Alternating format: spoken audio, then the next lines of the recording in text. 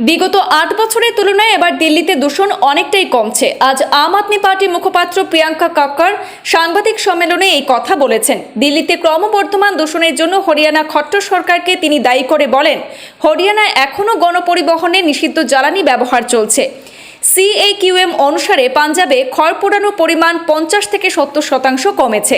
পাঞ্জাবে খড় পোড়ানো হয় প্রায় 500 কিলোমিটার দূরে এবং হরিয়ানায় খড় পোড়ানো হয় 100 কিলোমিটার দূরে। ফলে খট্টর সরকার পরিস্থিতি সামাল দিতে অক্ষম। হরিয়ানা খড় পোড়ানোর ফলে দিল্লিতে দূষণ বাড়ছে বলে তিনি অভিযোগ করেছেন।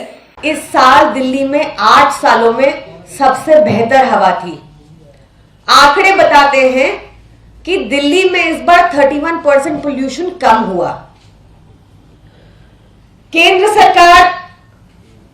सरकार को भी ये स्वीकारना पड़ा। अपने इकोनॉमिक सर्वे जो पार्लियामेंट में टेबल किया था 2022-2023 का, कि दिल्ली में इस बार 8 सालों में सबसे बेहतर हवा थी।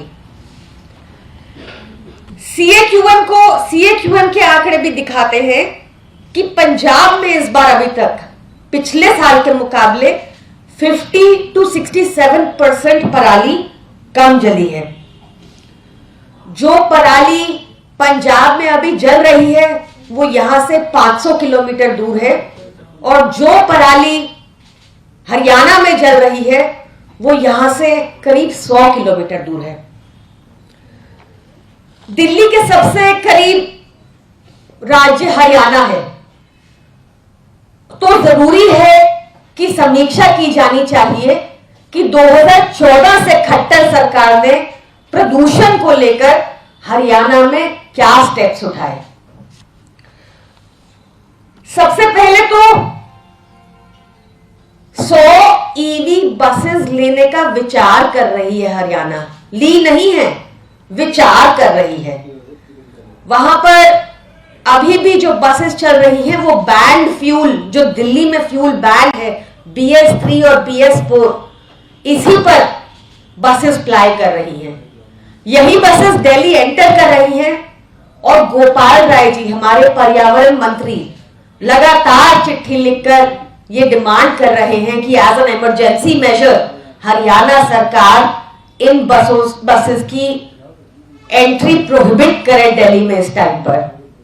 जो इंडस्ट्रीज हरियाणा में चल रही हैं, खट्टर सरकार ने उनको कोई सहूलत नहीं दी, कोई उनके लिए व्यवस्था नहीं की कि वो क्लीन फ्यूल PNG पर स्विच कर पाए जैसा दिल्ली ने किया है।